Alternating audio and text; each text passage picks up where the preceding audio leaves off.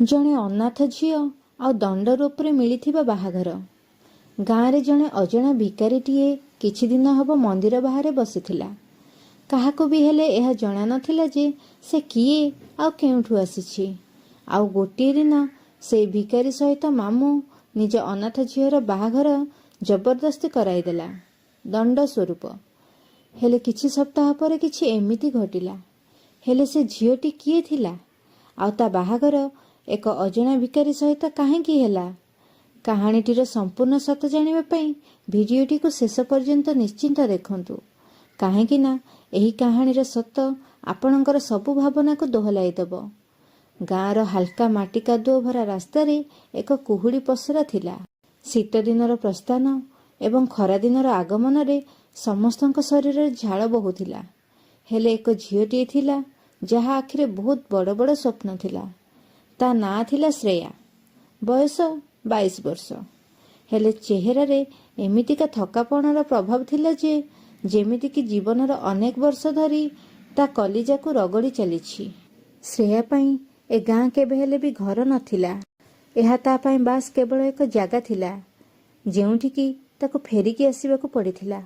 ସେହି ଦୁର୍ବଳତା ପାଇଁ ଯାହାକି ସେ କେବେ ହେଲେ ବି ଚାହୁଁନଥିଲା। ତା ବାପା ମା ଏକ ରୋଡ଼ ଦୁର୍ଘଟଣାରେ ସେତେବେଳେ ମରିଯାଇଥିଲେ ଯେତେବେଳେ କି ମାତ୍ର ସେ 8 ବର୍ଷର ଥିଲା। ସେବେଠାରୁ ତା ଜୀବନଟା ନିଜ ଲୋକ କୁହାଯାଉଥିବା ମାନେ ତା ମାମୁଁ ମାଇଁ ଘରେ କଟିବାକୁ ଲାଗିଲା। ହେଲେ କଟିବା ବି ଏକ ଛୋଟ ଶବ୍ଦ ଥିଲା। ତା ମାମୁଁ ମାଇଁ ଏକ ଗାଁରେ ରହୁଥିଲେ ଯେଉଁଠିକି ସେମାନଙ୍କ ଚିନ୍ତାଧାରା ଏମିତି ଥିଲା ଝିଅମାନଙ୍କୁ ଏବଂ ସ୍ତ୍ରୀ ଲୋକମାନଙ୍କୁ ବାସ୍ କେବଳ ଝାଡ଼ୁ ପୋଛା, ରୋଷେଇ ଏବଂ ବାସନ ମଜା ପର୍ଯ୍ୟନ୍ତ। ତାଙ୍କ ଚିନ୍ତାଧାରା ସେଇଠି ହିଁ ସୀମିତ ଥିଲା। ତା ମାଇଁ ତାକୁ ସବୁବେଳେ କହୁଥିଲେ ଯେ ତୋ ବାପା ମା ତତେ ତ ସବୁଦିନ ପାଇଁ ଛାଡ଼ି ଚାଲିଗଲେ, ଏବେ ଆମେ ହିଁ ତୋ ବୋଝ ଉଠାଇବୁ। କଥା କଥାରେ ଦେଖେଇ ଶିଖେଇ କହିବା, ପ୍ରତ୍ୟେକଟି ରୁଟିକୁ ଗଣି ଗଣି ଦେବା, ଖାଇବା ପିନ୍ଧିବା ଲଗାଇବାରେ ରୋକଠୋକ କରିବା, ଆଉ ସ୍କୁଲକୁ ଯିବା ତ ନାଁକୁ ମାତ୍ର ଦେଖେଇ ହେବା ପାଇଁ। ଏହା ଥିଲା ଶ୍ରେୟାର ଲାଳନ ପାଳନ। ସେଇଠି ତା ମାମୁଁଙ୍କର ଗୋଟିଏ ଝିଅ ଥିଲା ଯାହାର ନାଁ ଥିଲା ତନୁ। ସେ ସମସ୍ତଙ୍କର ଗେହ୍ଲି ଥିଲା। ତା ପାଇଁ ନୂଆ ପୋଷାକ, ଟ୍ୟୁସନ୍, କୋଚିଂ ସେଣ୍ଟର, ନୂଆ ଫୋନ୍ ସବୁ ଜିନିଷ ଥିଲା। ତନୁ ପାଇଁ ଏକ ସରକାରୀ ଚାକିରି କରୁଥିବା ପୁଅଟିଏ ଦେଖାଯାଇଥିଲା ଯାହାର ନାଁ ଥିଲା ରମେଶ। ତାର ପୋଷ୍ଟିଂ ସହରରେ ଥିଲା। ସମସ୍ତେ ଏହା କହୁଥିଲେ ଯେ ତନୁର ଭାଗ୍ୟ ତ ରାଜକୁମାରୀ ଭଳି। ହେଲେ ଶ୍ରେୟା, ସେ ତ ସବୁବେଳେ ଘର କୋଣରେ ଲୁଚି ଲୁଚି କାନ୍ଦୁଥିଲା। ଗୋଟେ ଦିନ ଯେତେବେଳେ ବିଲରେ ତାକୁ ଗୋଟିଏ ପୁଅ ସହିତ କଥା ହେଉଥିବାର ଦେଖାଗଲା ତ ତା ମାମୁଁ ତାକୁ 2 ଚାପୁଡ଼ା ଲଗାଇଲେ ଆଉ ଗୋଟିଏ ଘର ଭିତରେ ବନ୍ଦ କରିଦେଲେ। ମାଇଁ ଚିଲେଇ ଚିଲେଇ କହିଲା ଯେ ଏବେ ୟାର ବାହାଘର କରିବାକୁ ପଡ଼ିବ, ନହେଲେ ଇଏ ଆମର ନାକ କାଟିଦେବ। ସେହି ସମୟରେ ଗାଁରେ ଏକ ଅଜଣା ଭିକାରୀଟିଏ ପୂର୍ବରୁ କିଛି ସପ୍ତାହରୁ ଦେଖାଯିବାକୁ ଲାଗିଥିଲା। ଚିରାଫଟା ପୋଷାକ, ଅସଜଡ଼ା କେଶ, ଚେହେରାରେ ଧୂଳିମାଟି, ହେଲେ ଆଖିରେ ଏକ ଗଭୀରତା ଥିଲା ଯାହାକି ବାକି ଭିକାରୀମାନଙ୍କ ଠାରୁ ଭିନ୍ନ ଥିଲା। କେହି ହେଲେ ବି ଏହା ଜାଣିନଥିଲେ ଯେ ସେ କିଏ ଆଉ କେଉଁଠୁ ଆସିଛି। ସେ ଗାଁ ପାଖ ମନ୍ଦିର ବାହାରେ ବସିଥିଲା ଆଉ ଛୁଆମାନଙ୍କୁ ଯିବା ଆସିବା କରିବା ସମୟରେ ତାଙ୍କୁ ଦେଖି ହସି ଦେଉଥିଲା। ଆଉ କେବେ କେବେ ଦୂରରେ ଛିଡ଼ା ହୋଇ ଶ୍ରେୟାର ମାମୁଁ ଘର ଆଡ଼କୁ ମଧ୍ୟ ଦେଖୁଥିଲା। ଶ୍ରେୟା ବି ତାକୁ ଜାଣିନଥିଲା। ହେଲେ ଅନେକ ଥର ତା ନଜର ସେଇ ଭିକାରୀଟି ଉପରେ ପଡ଼ିଥିଲା। ସେ ତାକୁ ଦେଖିଥିଲା। ମାଇଁ ଶ୍ରେୟାକୁ ବାଡ଼ାନ୍ତି ଆଉ ମାମୁଁ ଗାଳି କରନ୍ତି। ଖାଇବାକୁ ମଧ୍ୟ ଦିଅନ୍ତି ନାହିଁ। ତଥାପି ବି ସେ ଝିଅଟି ସେମିତି ଚୁପ୍ ରୁହେ, ବିନା କୌଣସି ଉତ୍ତର ଦେଇ ସବୁକିଛି ସହିଯାଏ। ଶ୍ରେୟାକୁ ଏହା ଜଣା ନଥିଲା ଯେ କେହି ତା ଦୁଃଖ କଷ୍ଟକୁ ଦେଖୁଛି। ହେଲେ ସେ ଭିକାରୀ ସବୁକିଛି ଦେଖୁଥିଲା। ସେ ସବୁବେଳେ ଦେଖେ ଯେ ଏ ଘରର ଲୋକମାନେ କେମିତି ଭାବରେ ସେ ନିରୀହ ଝିଅକୁ ଦୁଃଖ, କଷ୍ଟ, ଯନ୍ତ୍ରଣା ଦେଉଛନ୍ତି, ତା ସହିତ କେମିତିକା ବ୍ୟବହାର କରୁଛନ୍ତି, କେମିତି ଭାବରେ ତା ଆତ୍ମାକୁ ଦଳି ଚକଟି ଦିଆଯାଉଛି। ତଥାପି ବି ସେ କାହାକୁ କିଛି କୁହେ ନାହିଁ। ଆଉ ବୋଧହୁଏ ଏଇଠୁ ହିଁ ସେ ଅଜଣା ବ୍ୟକ୍ତି ମନରେ କିଛି ଜାଗ୍ରତ ହେବାକୁ ଲାଗିଲା। ସମୟ ବିତି ଚାଲିଥିଲା ଆଉ ମାମୁଁ ମାଇଁଙ୍କ ଆଖିରେ ରାଗ ବଢ଼ି ଚାଲିଥିଲା। ଶ୍ରେୟା କାହାକୁ ଭଲ ପାଇ ନଥିଲା କିମ୍ବା କୌଣସି ସୀମା ପାର କରିନଥିଲା। ବାସ୍ କେବଳ ସେ ଗୋଟିଏ ଥର ସାହସ କରି ପ୍ରଶ୍ନଟିଏ ପଚାରି ଦେଇଥିଲା, କ'ଣ ମୁଁ ମୋ ଜୀବନର ନିଷ୍ପତ୍ତି ନିଜେ ନେଇପାରିବି ନାହିଁ? ବାସ୍ ଏତିକି କହିବାଟା ତା ପାଇଁ ବିପଦ ବନିଗଲା, କାଳ ପାଲଟିଗଲା। ଏକଥା ଶୁଣି ତା ମାମୁଁ ରାଗିଯାଇ ପୁରା ଗାଁ ସାରା ଏକଥା ପ୍ରଚାର କରିଦେଲେ ଯେ ଇଏ ଆମ ମାନ ସମ୍ମାନ ସବୁ ମାଟିରେ ମିଶାଇ ଦେଇଛି, ଆମ ନାକ କାଟି ଦେଇଛି। ଏବେ ୟା ବାହାଘର ଏକ ଭିକାରୀ ସହିତ ହେବ, ଯାହାଦ୍ୱାରା କି ୟାକୁ ଉଚିତ ଶିକ୍ଷା ମିଳିପାରିବ। ଆଉ ଗାଁବାଲାଙ୍କୁ ବି ସତ ଜାଣିବାର ନଥିଲା। ସେମାନଙ୍କୁ ତ ବାସ୍ କେବଳ ଦରକାର ଥିଲା ଏକ ମସଲା, ଏକ ତାମସା। କେହି ଜଣେ ପଚାରିଲା ନାହିଁ କାହିଁକି ଏ ଝିଅ ଏମିତି କ'ଣ କରିଛି। ତ ଉତ୍ତର ଆସିଲା ଯେ ଇଏ ବେଶୀ ଚାଲାକ ବନିବା ପାଇଁ ଚେଷ୍ଟା କରୁଥିଲା। ଆଉ ଜଣେ କହିବାକୁ ଲାଗିଲା ଯେ ଆଜିକାଲିର ଝିଅମାନଙ୍କ ଭିତରେ ଲାଜ ଶରମ ବୋଲି କିଛି ନାହିଁ। ଆଉ ଜଣେ କହିଲା ଯେ ଭଲ ହେଲା, ଉଚିତ ଶିକ୍ଷା ମିଳିବ। ମନ୍ଦିର ବାହାରେ ସେହି ଭିକାରୀ ସେମିତି ଶାନ୍ତ ବସିଥିଲା, ଯେମିତିକି ତାକୁ ଆଗରୁ ହିଁ ଜଣାଥିଲା ଯେ ଏହା ହିଁ ହେବାକୁ ଯାଉଛି। ଆଉ ଶ୍ରେୟା, ସେ ତ ବାସ୍ କେବଳ ଦେଖି ଚାଲିଥିଲା ଯେ ଏ କେମିତିକା ସମାଜ, ଯିଏକି ତା ଦୁର୍ବଳତାକୁ ଅପରାଧୀ ବନେଇ ସାରିଥିଲା ଆଉ ତା ନୀରବତା ଦଣ୍ଡ। ସେଦିନ ଆସିଗଲା। ସେ ଭିକାରୀ ସେମିତି ହିଁ ମନ୍ଦିର ବାହାରେ ନୀରବ ହୋଇ ବସିଥିଲା। ଶ୍ରେୟାର ମାମୁଁ ତାକୁ କହିଲେ ଯେ ଆଜି ପରଠୁ ଇଏ ହେଉଛି ତ ସ୍ୱାମୀ। ଚିରାଫଟା ପୋଷାକ, ଅସଜଡ଼ା କେଶ, ହେଲେ ଆଖିରେ ସେଇ ଗଭୀରତା। ଶ୍ରେୟା ପ୍ରଥମ ଥର ତା ଆଖିକୁ ଦେଖିଲା, ଯେମିତିକି ତା ଆଖି କିଛି କହିବାକୁ ଚାହୁଁଛି। ଶ୍ରେୟାର ମାଇଁ କହିଲେ ଯେ ଏବେ ତୁ ଭାଗ। ହେଲେ ଶ୍ରେୟା ଚୁପଚାପ ନିଜ ମୁଣ୍ଡ ତଳକୁ କରି ବାହା ହୋଇଗଲା, ବାଧ୍ୟବାଧକତାରେ ଆଉ ଦୁର୍ବଳତାରେ। ହେଲେ ତାକୁ ବା କ'ଣ ଜଣାଥିଲା ଯେ ଏଇ ବାହାଘର ଯାହାକୁ କି ସମସ୍ତେ ଦଣ୍ଡ ବୋଲି ଭାବୁଥିଲେ, ସତ କହିବାକୁ ଗଲେ ଏହା ଏକ ଷଡ଼ଯନ୍ତ୍ର ଥିଲା। ସେ ଭିକାରୀଟି, ଯିଏକି ଶ୍ରେୟାର ନୀରବତା ଏବଂ ଆତ୍ମାକୁ ଭଲ ପାଇ ବସିଥିଲା ଆଉ ନିଷ୍ପତ୍ତି ନେଇ ସାରିଥିଲା ଯେ ଆଜି ପରଠୁ ତା ଜୀବନରେ ଯେମିତି ଆଉ କୌଣସି ଦୁଃଖ ନ ଆସୁ, ତେଣିକି ତାକୁ ନିଜକୁ ହିଁ ନିଜେ ହଜାଇ ଦେବାକୁ ନ ପଡ଼ୁ କାହିଁକି। ବାହାଘର ପରେ ଶ୍ରେୟାର ଜୀବନ ଏମିତି ଏକ ସୁଡ଼ଙ୍ଗ ଭିତରେ ପଶି ଯାଇଥିଲା, ଯେଉଁଠିକି କେବଳ ଅନ୍ଧକାର ହିଁ ଅନ୍ଧକାର ଥିଲା। ମନ୍ଦିରରେ ବାହାଘର ତ ସରିଯାଇଥିଲା, ହେଲେ ଗାଁ ଲୋକଙ୍କ ନଜରରେ ଏବେ ତା ମୂଲ୍ୟ ମାଟିଠାରୁ ବି ତୁଚ୍ଛ ହୋଇଥିଲା। ଯେତେବେଳେ ସେ ଝୁମ୍ପୁଡ଼ି ଘର ଭିତରୁ ବାହାରି ପାଣି ଭରିବା ପାଇଁ ଯାଉଥିଲା, ତ ଗାଁର ସ୍ତ୍ରୀ ଲୋକମାନେ କହୁଥିଲେ ଯେ ଆରେ ଦେଖ ଦେଖ, ଭିକାରୀର ରାଣୀ ବାହାରିଲା। କିଛି ବୃଦ୍ଧ ଲୋକମାନେ ଛୁଆମାନଙ୍କୁ ବୁଝାଉଥିଲେ ଯେ ଏମିତି ବନିବ ନାହିଁ, ନହେଲେ ତମମାନଙ୍କର ଅବସ୍ଥା ବି ୟାର ଭଳି ହିଁ ହେବ। ଶ୍ରେୟାକୁ ପ୍ରତ୍ୟେକ ଦିନ ନୂଆ ନୂଆ ତାନା ବା ଦେଖାଇ ଶିଖାଇ କହିବା କଥା ଶୁଣିବାକୁ ପଡ଼ୁଥିଲା। ଆଉ ସେହି କଥାଗୁଡ଼ିକ ତା ଭିତରେ ନିଆଁକୁ ଆହୁରି ଉସ୍କାଇ ଦେଉଥିଲା। ତା ମାମୁଁ ମାଇଁ ବି ତା ସହିତ ସବୁ ସମ୍ପର୍କ ତୁଟାଇ ସାରିଥିଲେ। ସେମାନେ ଯେତେବେଳେ ବି ତା ଘର ବାଟ ଦେଇ ଯାଉଥିଲେ ତ ତା ଘରକୁ ବୁଲିକି ମଧ୍ୟ ଚାହୁଁନଥିଲେ। ମାଇଁ ତ ଏବେ ପୁରା ଗାଁ ସାରା ପ୍ରଚାର କରିସାରିଥିଲା ଯେ ଆମର ଏବେ କୌଣସି ଦାୟିତ୍ୱ ନାହିଁ, ଏଇ ଝିଅ ଏବେ ଆମ ଘରର ନୁହେଁ। ତନୁ, ଯିଏକି କେବେ ତା ଭଉଣୀ ଥିଲା, ସେ ଏବେ ପର ଏବଂ ଧନୀ ଦୁନିଆରେ ରଙ୍ଗୀନ ହୋଇସାରିଥିଲା। ସହରରେ ଚାକିରି କରୁଥିବା ରମେଶ ସହିତ ବାହାଘର ହେବା ପରେ ସେ ଏବେ ବାସ୍ କେବଳ ଦେଖେଇ ହେବା ପାଇଁ ଗାଁକୁ ଆସୁଥିଲା। ଆଉ ଯଦି କେବେ ଶ୍ରେୟା ତା ପାଖକୁ ଆସୁଥିଲା ତ ତା ହାବଭାବ ବଦଳି ଯାଉଥିଲା। ତାର ସେଇ ତାନା ଏବେ ବି ତା କାନରେ ଗୁଞ୍ଜରିତ ହୋଇ ଉଠୁଥିଲା, ତୁ ସେ ଭିକାରୀର ସ୍ତ୍ରୀ ନା। ଶ୍ରେୟା ଏବେ ସେଇ ଝୁମ୍ପୁଡ଼ି ଘର ଭିତରେ ନିଜ ସ୍ୱାମୀ ସହିତ ରହିବାକୁ ଲାଗିଥିଲା। ସେ ଲୋକ ଯାହାକୁ କି ସମସ୍ତେ ଭିକାରୀ ବୋଲି କହୁଥିଲେ, ସେ ଦିନ ସାରା ଚୁପ୍ ରହୁଥିଲା, ନା ବେଶୀ କଥା କହୁଥିଲା ନା କୌଣସି ଅଭିଯୋଗ କରୁଥିଲା।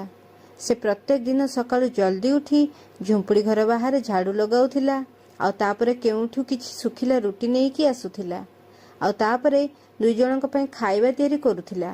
ଯେତେବେଳେ ଶ୍ରେୟା ତାକୁ ରାଗରେ ଚାହୁଁଥିଲା ତ ସେ ବାସ୍ କେବଳ ଟିକେ ମୁରୁକି ହସି ଦେଉଥିଲା। ସେ ହସ ଏମିତି ନଥିଲା ଯେ ଯେଉଁଥିରେ ତିରସ୍କାର ଭରି ରହିଥିବ। ସେ ହସ ଏମିତି ଥିଲା ଯେଉଁଥିରେ କି ଭଲ ପାଇବା ଝଲସି ଉଠୁଥିଲା। ସେ ହସରେ ଏକ ରହସ୍ୟ ଥିଲା। ସେ ହସ ଏମିତି ଏକ ଲୋକଟିଏର ହସ ପରି ଲାଗୁଥିଲା, ଯେମିତିକି ତାକୁ ଦୁନିଆ ବିଷୟରେ ସବୁ କିଛି ଜଣାଅଛି, ହେଲେ ସେ କହିବାକୁ ଚାହୁଁନାହିଁ। ଶ୍ରେୟାର ମନ ତା ପ୍ରତି ଆହୁରି ଦ୍ୱନ୍ଦ୍ୱରେ ପଡ଼ିଗଲା। ଗୋଟେ ପଟେ ଏଇ ଦୁନିଆ ତାକୁ ଅପମାନିତ କରୁଛି, ଆଉ ଅନ୍ୟପଟେ ଏଇ ବ୍ୟକ୍ତି ଜଣକ ତାର ମାନ ସମ୍ମାନ କରୁଛି, ତା ସହିତ ସମ୍ମାନ ଭରା ବ୍ୟବହାର କରୁଛି। ସେ କେବେ ହେଲେ ବି ଶ୍ରେୟା ଉପରକୁ ହାତ ଉଠାଇ ନାହିଁ, କିମ୍ବା କୌଣସି ଚାପ ପକାଇ ନାହିଁ, କିମ୍ବା କେବେ କୌଣସି ଅଶବ୍ଦ କହିନାହିଁ। ହେଲେ ସେ କେବେ ହେଲେ ବି କୌଣସି ଭାବନାତ୍ମକ ସମ୍ବନ୍ଧ ମଧ୍ୟ ଦେଖେଇ ନାହିଁ, ଯେମିତିକି ତାହା ଏକ ପରୀକ୍ଷା ଭଳି ଥିଲା। ଏଇ ନୀରବତା ଶ୍ରେୟାର ମନକୁ ଆହୁରି ଭାଙ୍ଗିବାକୁ ଲାଗିଲା। ସେ ଭାବିବାକୁ ଲାଗିଥିଲା ଯେ କ'ଣ ସତରେ ଇଏ ଜଣେ ଭିକାରୀ? ଆଉ ଯଦି ସତରେ ଇଏ ଏକ ଭିକାରୀ, ତେବେ କେମିତି ଭାବରେ ଇଏ ଏତେ ଶାନ୍ତ ଓ ସହନଶୀଳ ହୋଇ ରହିପାରୁଛନ୍ତି? କେବେ କେବେ ଯଦି ଶ୍ରେୟା ତାକୁ କିଛି ପ୍ରଶ୍ନ ପଚାରୁଥିଲା ଯେ ତମେ କିଏ, ତମେ କେଉଁଠୁ ଆସିଛ, ତମ ନାଁ କ'ଣ? ତ ସେ ଏକ ସିଧାଭରା ନଜରରେ ଶ୍ରେୟାକୁ ଚାହୁଁଥିଲା ଆଉ କହୁଥିଲା ଯେ ଯାହା ତମେ ଜାଣିବା ପାଇଁ ଚାହୁଁଛ ତାହା ତମକୁ ସମୟ ହିଁ କହିବ। ଏଇ ଉତ୍ତରହୀନତା ଶ୍ରେୟାର ଭିତରେ ନୂଆ ଜିନିଷ ଜନ୍ମ ଦେଲା, ଗୋଟିଏ ଜିଜ୍ଞାସା ଆଉ ଗୋଟିଏ ବିଦ୍ରୋହ। ଏବେ ସେ ବାସ୍ କେବଳ ଏକ ସହିବା ବାଲା ଝିଅଟିଏ ନଥିଲା, ଏବେ ସେ ପ୍ରତ୍ୟେକ ଦିନ କିଛି ନୂଆ ଜାଣିବା ପାଇଁ ଏବଂ ଶିଖିବା ପାଇଁ ଚେଷ୍ଟା କରୁଥିଲା। ସେ ସେହି ଝୁମ୍ପୁଡ଼ି ଘରର ପ୍ରତ୍ୟେକଟି କୋଣରେ ନିଜ ଆଖି ବୁଲାଉଥିଲା, ପ୍ରତ୍ୟେକଟି ପୁରୁଣା ପୋଷାକର ପ୍ୟାକେଟ୍ ଚେକ୍ କରୁଥିଲା, ପ୍ରତ୍ୟେକ ଦିନର ପ୍ରତ୍ୟେକ କଥାକୁ ମନେ ରଖୁଥିଲା। ତାକୁ ଏବେ ବାସ୍ କେବଳ ଉତ୍ତର ଦରକାର ଥିଲା, ନିଜ ବର୍ତ୍ତମାନର ନୁହେଁ, ନିଜ ଭବିଷ୍ୟତର। ଆଉ ସେହି ପ୍ରଶ୍ନର ଉତ୍ତର ହିଁ ତାକୁ ଏକ ଏମିତି ସତ ପାଖରେ ପହଞ୍ଚାଇବା ଆରମ୍ଭ କରିଦେଲା ଯାହାକୁ ଜାଣି ପୁରା ଦୁନିଆର ଚେହେରା ବଦଳିବାକୁ ଯାଉଥିଲା। ଶ୍ରେୟାର ଜୀବନରେ ଏବେ କୌଣସି ହଲଚଲ ନଥିଲା। ଶ୍ରେୟା ଏବେ ବାସ୍ କେବଳ ଏକ ପଥରଟିଏ ପରି ପାଲଟି ଯାଇଥିଲା, ଯିଏକି ବାହାରୁ ଶାନ୍ତ ହେଲେ ଭିତରୁ ବରଫ ଭରି ତରଳି ଶେଷ ହୋଇଯାଉଥିଲା। ଦିନ ବି ସେହି ଥିଲା, ସେହି ଝୁମ୍ପୁଡ଼ି ଘର ଥିଲା, ଆଉ ସେହି ଭିକାରୀଟି ବି ସେଇଠି ହିଁ ଥିଲା। ଏବେ ତାର ପ୍ରତ୍ୟେକଟି ପାଦ ଏବଂ ପ୍ରତ୍ୟେକଟି ଅଭ୍ୟାସକୁ ଶ୍ରେୟା ଆହୁରି ବେଶୀ ଧ୍ୟାନର ସହିତ ଦେଖିବାକୁ ଲାଗିଥିଲା। କେବେ କେବେ ଶ୍ରେୟା ଦେଖୁଥିଲା ଯେ ତା ସ୍ୱାମୀ ଏକ ଖାତାରେ କିଛି ଲେଖୁଛି। ଯାହା ଲେଖୁଥିଲେ ତାହା କୌଣସି ସାଧାରଣ ଭାଷା ନଥିଲା, ଏମିତି ଥିଲା ଯେମିତିକି କୌଣସି କୋଡ୍ କିମ୍ବା କୌଣସି ବିଦେଶୀ ଲିପି। ଯେବେ ବି ଶ୍ରେୟା ସେ ଖାତାକୁ ଦେଖିବା ପାଇଁ ଚେଷ୍ଟା କରୁଥିଲା ତ ସେ ଖାତା କୁଆଡ଼େ ଅନ୍ତର୍ଧ୍ୟାନ ହୋଇଯାଉଥିଲା। ଯେତେବେଳେ ଗୋଟିଏ ଦିନ ରାତିରେ ଶ୍ରେୟା ସେ ଝୁମ୍ପୁଡ଼ି ଘର ଭିତରେ ଏକୁଟିଆ ଥିଲା ଆଉ ତା ସ୍ୱାମୀ କୌଣସି କାମରେ ବାହାରକୁ ଯାଇଥିଲା, ସେ ସେତେବେଳେ ସେ ଘରର ପ୍ରତ୍ୟେକଟି କୋଣକୁ ଖୋଜିବାକୁ ଆରମ୍ଭ କରିଦେଲା। ଟିଣ ଛାତ ତଳେ ଏକ ବ୍ୟାଗ୍ଟିଏ ବନ୍ଧା ଯାଇଥିଲା, ହେଲେ ବ୍ୟାଗ୍ଟି ସମ୍ପୂର୍ଣ୍ଣ ଭାବରେ ସଫାସୁତୁରା ଥିଲା। ବ୍ୟାଗ୍ ଭିତରେ ଏକ ଧଳା କପଡ଼ାରେ ଗୁରେଇ ହୋଇ ରହିଥିଲା ଏକ ପେନ୍ଟିଏ, ଆଉ ସେ ପେନ୍ କୌଣସି ସାଧାରଣ ପେନ୍ ନଥିଲା, ଯେଉଁଥିରେ କି ଲେଖା ଥିଲା ପଟ୍ଟନାୟକ ଇଣ୍ଟରନ୍ୟାସନାଲ କବିର। ତା ସହିତ କିଛି ଛୋଟ ଆଇଡି କାର୍ଡ ପରିକା ଜିନିଷ ମୋଡ଼ା ଯାଇ ରଖାଯାଇଥିଲା, ହେଲେ ଗୋଟେ କୋଣରୁ ହାଲକା ଟିକେ ଫଟୋଟିଏ ଦେଖାଯାଉଥିଲା। ଶ୍ରେୟାର ନିଶ୍ୱାସ ଅଟକିଗଲା। କ'ଣ ଏହା କୌଣସି ମିଛ ଥିଲା ଯାହାକି ତାକୁ କୁହାଯାଇଥିଲା? କ'ଣ ଏଇ ବ୍ୟକ୍ତି ଜଣକ କେବଳ ଜଣେ ଭିକାରୀ ନୁହେଁ ଆଉ କେହି? ଯେତେବେଳେ ସେ ଏସବୁ ବିଷୟରେ ନିଜ ସ୍ୱାମୀକୁ ପଚାରିବାକୁ ଯାଉଥିଲା, ଠିକ୍ ସେତିକିବେଳେ ଏକ ନୀଳ ରଙ୍ଗର ଗାଡ଼ିଟିଏ ସେଇ ଝୁମ୍ପୁଡ଼ି ଘର ବାହାରେ ଆସି ଅଟକିଗଲା। ସେଥିରୁ ବାହାରିଲେ ଦୁଇଜଣ ସୁଟ୍ ବୁଟ୍ ପିନ୍ଧା ବ୍ୟକ୍ତି। ଜଣକ ହାତରେ ଥିଲା ଲ୍ୟାପଟପ୍ ଆଉ ଜଣଙ୍କ କାନରେ ଥିଲା ଇୟରଫୋନ୍। ଦୁଇଜଣ ତା ସ୍ୱାମୀ ପାଖକୁ ଗଲେ ଆଉ କିଛି ଇଂରାଜୀରେ କଥା ହେବାକୁ ଲାଗିଲେ। ଶ୍ରେୟାକୁ ସବୁକିଛି ସଫା ସଫା ଶୁଣା ଯାଉଥିଲା। Sir, the Singapore board is asking for confirmation. Also the jury's files need your confirmation and need your final signature. ଏହା ଶୁଣିବା ପରେ ଶ୍ରେୟାର ଶରୀର ଶିହରଣ ଖେଳିଗଲା। ତ ସ୍ୱାମୀ ଉତ୍ତର ଦେଲା ଯେ delay everything and for now I am not Kabir, just remember that. ଏହାପରେ ସେ ଦୁଇଜଣ ଆଉ କିଛି ନ କହି ବାସ୍ କେବଳ ଗାଡ଼ିରେ ବସି ଚାଲିଗଲେ। ଶ୍ରେୟା ସେଇଠି ସେମିତି ହିଁ ଛିଡ଼ା ହୋଇ ରହିଗଲା। ତା ପାଦ ତଳୁ ଯେମିତି ମାଟି ଖସି ସାରିଥିଲା। କବିର? ଏ କବିର କିଏ? କ'ଣ ଇଏ ସେଇ ନା ଯାହାକି ସେ ବ୍ୟାଗ୍ ଭିତରେ ଥିବା ପେନ୍ ଉପରେ ଲେଖାଯାଇଥିଲା? ତା ମନରେ ଏବେ ପ୍ରଶ୍ନ ନୁହେଁ ବରଂ ଝଡ଼ ତୋଫାନ ଥିଲା। ସେହିଦିନ ରାତିରେ ସେ ସାହସ କରିଲା ଆଉ ତାର ସାମ୍ନା କରିଲା ଆଉ ପଚାରିଲା ଯେ ତମେ କିଏ? ସତ ସତ କୁହ, ତମେ ଜଣେ ଭିକାରୀ ନୁହଁ। ତୁମ ଆଖିରେ ସେ ଥକାପଣ ନାହିଁ ଯାହାକି ଭୋକିଲାମାନଙ୍କ ଆଖିରେ ଥାଏ, ବରଂ ତୁମ ଆଖିରେ ସେ ଶାନ୍ତି ଅଛି ଯାହାକି ସବୁକିଛି ଜାଣିଥିବା ଲୋକମାନଙ୍କ ଭିତରେ ଥାଏ। ସତ କୁହ, ତୁମେ କିଏ? ସେ ବାସ୍ କେବଳ ଚୁପଚାପ ତାକୁ ଦେଖି ଚାଲିଥିଲା ଆଉ ତାପରେ କହିଲା ଯେ ସଠିକ୍ ସମୟ ଆସିବାକୁ ଦିଅ ଆଉ ତାପରେ ତୁମକୁ ତୁମ ସବୁ ପ୍ରଶ୍ନର ଉତ୍ତର ମିଳିଯିବ। ଏଇ ଉତ୍ତର ଏବେ ଶ୍ରେୟାକୁ ଚିଡ଼ାଇବାକୁ ଲାଗିଥିଲା। ଶ୍ରେୟାର ମନ ଏବେ ବିଚଳିତର ସବୁ ସୀମା ପାର କରିସାରିଥିଲା। ପରଦିନ ସକାଳୁ ସେ ଗାଁ ସ୍କୁଲ ଲାଇବ୍ରେରୀକୁ ଗଲା, ଏହା ବାହାନା କରି ଯେ ସେ ତନୁ ପାଇଁ ବହି ଆଣିବା ପାଇଁ ଯାଉଛି। ସେଇଠି ଏକ ପୁରୁଣା କମ୍ପ୍ୟୁଟରଟିଏ ଥିଲା ଯେଉଁଥିରେ କି ଇଣ୍ଟରନେଟ୍ ଚାଲୁଥିଲା। ସେଠିକି ଯାଇ ସେ କମ୍ପ୍ୟୁଟରରେ ସେ ସର୍ଚ୍ଚ କରିବାକୁ ଲାଗିଲା ଯେ ପଟ୍ଟନାୟକ ଇଣ୍ଟରନ୍ୟାସନାଲ CEO କବିର। ଆଉ ଯେମିତି ହିଁ ସେ ପେଜ୍ ଖୋଲିଲା ତ ତା ସାମ୍ନାରେ ଏକ ନ୍ୟୁଜ୍ ଆର୍ଟିକଲ ଥିଲା। ସେଥିରେ ସଫା ସଫା ଏହା ଲେଖାଥିଲା ଯେ ୟଙ୍ଗ ଇଣ୍ଡିଆ ରାଣା ହେଉଛନ୍ତି ପଟ୍ଟନାୟକ ଇଣ୍ଟରନ୍ୟାସନାଲର CEO। ଆଉ ସେଥିରେ କବିର ବିଷୟରେ ସବୁକିଛି ଡିଟେଲରେ ଲେଖାଯାଇଥିଲା। ଆଉ ତଳେ ଯେଉଁ ଫଟୋ ଥିଲା ସେଇ ଫଟୋରେ ସେଇ ଚେହେରା, ସେଇ ହସ, ସେଇ ଆଖି, ଯିଏକି ଏବେ ଝୁମ୍ପୁଡ଼ି ଘର ଭିତରେ ଚୁପଚାପ ବସି ରହୁଥିଲା। ଶ୍ରେୟା କମ୍ପ୍ୟୁଟର ବନ୍ଦ କରିଲା, ହେଲେ ତା ହୃଦୟ ଏବେ ଖୋଲି ସାରିଥିଲା।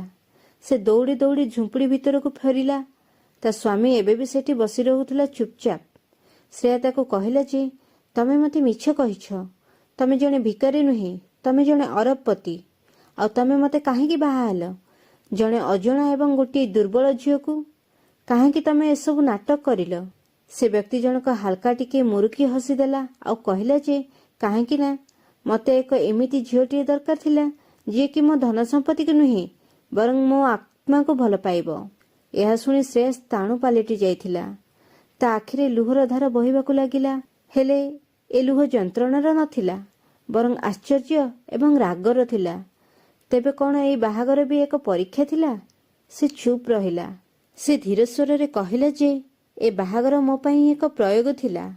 ହେଲେ ତୁମେ ତୁମ ପାଇଁ ଏକ ସ୍ୱାଧୀନତା ଏବଂ ମୁକ୍ତାୟନ ରାସ୍ତା ବନିପାରିବ ଯଦି ତୁମେ ଚାହିଁବ ତେବେ।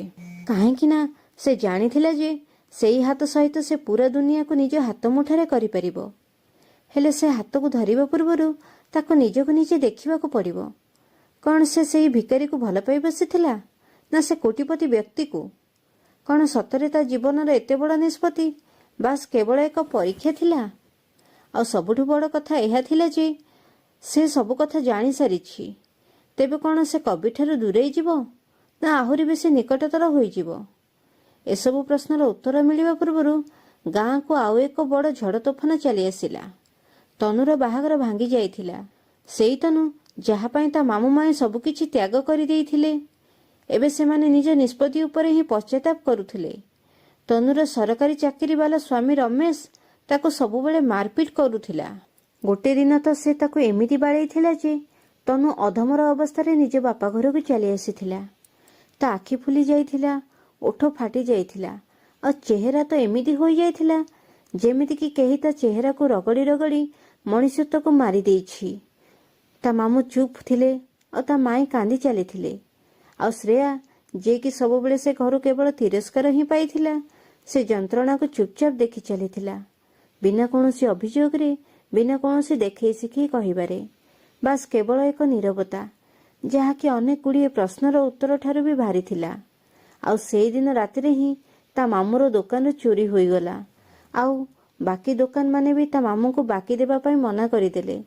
ସେମାନଙ୍କ ଚାଷ ଜମିରେ ଫସଲ ବି ନଷ୍ଟ ହୋଇଯାଇଥିଲା। ଆଉ ଏବେ ତା ମାମୁଁ ମାଇଁଙ୍କର ଅବସ୍ଥା ବହୁତ ଖରାପ ହୋଇସାରିଥିଲା। ବିଲକୁଲ ସେମିତି ଯେମିତିକି ସେମାନେ ସମସ୍ତେ ମିଶି ଶ୍ରେୟାର ଅବସ୍ଥା କରିଥିଲେ। ସବୁ ଜିନିଷ ଫେରିକି ଆସୁଥିଲା। ହେଲେ ସେମାନେ ଏବେ ଏସବୁ କଥା ବୁଝିପାରୁନଥିଲେ ଯେ ଏଇ ଯନ୍ତ୍ରଣା କର୍ମର ଫଳ ବୋଲି। କବିର ଆଜି ପର୍ଯ୍ୟନ୍ତ ଶ୍ରେୟା ସହିତ ବଡ଼ ପାଟିରେ ମଧ୍ୟ କଥା ହୋଇନଥିଲା। ସେ କେବେ ହେଲେ ବି ଏହା ଅନୁଭବ ହେବାକୁ ଦେଇନଥିଲା ଯେ ସେ ଶ୍ରେୟାଠାରୁ ବେଶ୍ ବଡ଼ ଆଉ ତାଠାରୁ ବହୁତ ଭଲ ମଧ୍ୟ। ବରଂ ସେ ଶ୍ରେୟାକୁ ଏହା ଅନୁଭବ କରାଉଥିଲା ଯେ ସେ ସବୁବେଳେ ତା ସହିତ ଅଛି। ସେ ଶ୍ରେୟାର ସବୁ କାମରେ ତାକୁ ସାହାଯ୍ୟ କରୁଥିଲା। ରୋଷେଇ କରିବା, ପାଣି ଭରିବା, ଆଉ କେବେ କେବେ ତ ସେ ତା ସହିତ ଚୁପଚାପ ବସି ଚା ପିଉଥିଲା। ଶ୍ରେୟା ବୁଝିପାରୁନଥିଲା ଯେ ଇଏ କିଏ, ଏତେ ସମ୍ମାନ ଦେଉଥିବା ମଣିଷଟିଏ। ଯଦି ସେ ଏତେ ବଡ଼ ମଣିଷଟିଏ ହେଇକି ମଧ୍ୟ ଏଇ ଦୁନିଆ ସାମ୍ନାରେ ଭିକାରୀଟିଏ ଭଳି ବଞ୍ଚୁଛନ୍ତି, ତେବେ ତାଙ୍କ ଚିନ୍ତାଧାରା କେତେ ବଡ଼ ହୋଇନଥିବ, ତାଙ୍କ ଆତ୍ମା କେତେ ଶାନ୍ତ ହୋଇଥିବ, ତାଙ୍କ ଶବ୍ଦ କେତେ ବିଶ୍ୱାସଯୋଗ୍ୟ ହୋଇଥିବ। ଏବେ ଶ୍ରେୟାକୁ ନାହିଁ ତା ପରିଚୟର ଫରକ ପଡ଼ୁଥିଲା, ନାହିଁ ତା ଅତୀତର।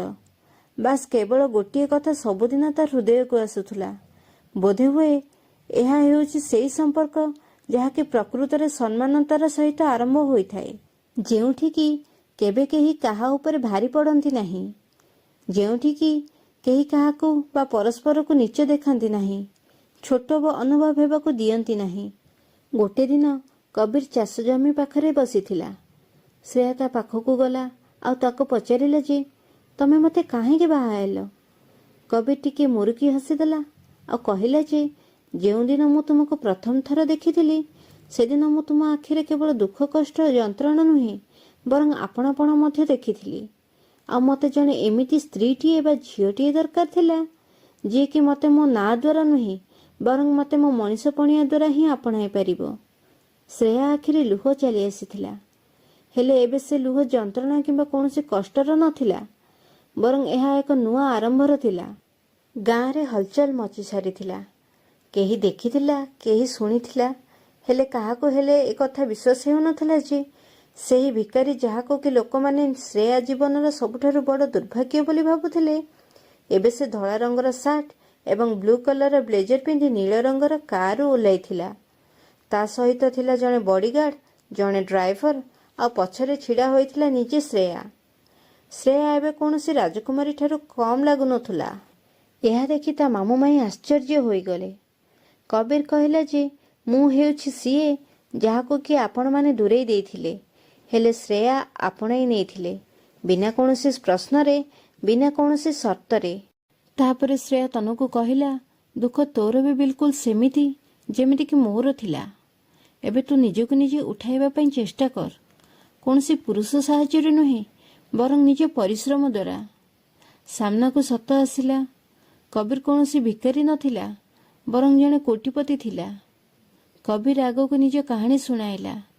ସେ କହିଲା ଯେ ମୁଁ ଏଇ ଗାଁରେ ଭିକାରୀ ବନି ବଞ୍ଚିବାର ନିଷ୍ପତ୍ତି ନେଇଥିଲି, କାହିଁକି ନା ମୁଁ ଏହା ଜାଣିବା ପାଇଁ ଚାହୁଁଥିଲି ଯେ ମୋର ବିନା ପଇସା ଏବଂ ମୋର ବିନା ଅସଲି ପରିଚୟରେ କ'ଣ କେହି ମୋତେ ଆପଣାଇବ।